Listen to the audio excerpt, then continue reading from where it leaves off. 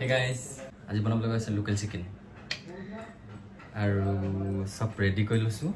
এয়া হৈ গল আদা নহৰু কিন্তু এনেকা দুখৰ কথা আজি ৰুমত মিঠাতেল অকমানুৱে নাই এটো কফি কৰা নাই বাট মই হসাকে কৈছো মানে আজি বজাৰ কৰিবলৈ যোৱা নহল বিশেষকে পাহৰি গলো হা সময়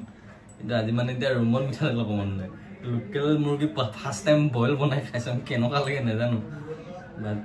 সকে কৈছে মানে ৰুমত তেল অকমানো নাই এটুপাল আছে বাট মানে সবজি বনাব পকে নাই মানে